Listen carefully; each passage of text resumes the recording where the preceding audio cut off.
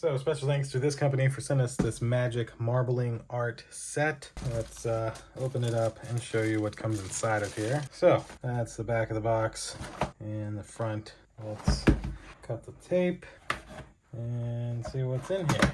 Plate. Oh. So we've got that, and then a whole bunch of different colors. Nice. I like the green and orange. Ooh, pink and yellow. And then also we've got different color green. This is more of a neon green and red. Blue and purple it looks like.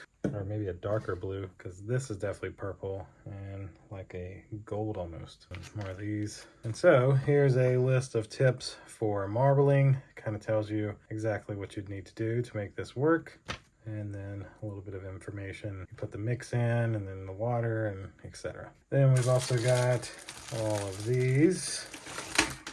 Like those, you could get some of the colors and drip them in. Comb, good for something. These would be like stir sticks almost. A paintbrush, that's how you scoop the powder into here. And then something to get the items out. And so, other than the few sheets of paper that are included in the bottom of this, that is it for the unboxing of this magic marbling art set. So thanks again to this company for sending it to me. Thank you all for watching. We'll see you in the next one. Deuces.